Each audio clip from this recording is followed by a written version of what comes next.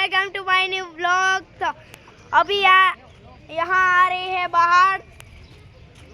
यहाँ बहुत बारिश हुई है। अभी थोड़ी देर पहले ही हो रही है बारिश।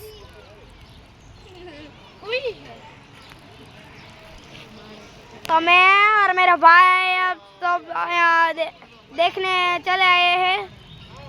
तो यहाँ सब आए हैं देखने, आप देख सकते हो गाइस, यहाँ सब आए हैं, आप देख सकते हो गाइस। तो आप देख सकते हो ये बाढ़ कितनी जा रही है।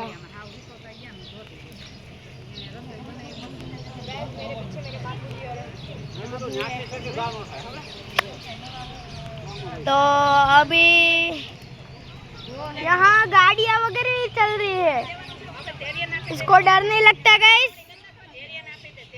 तो आज के लिए इतना है। तो thank you so much watching, bye.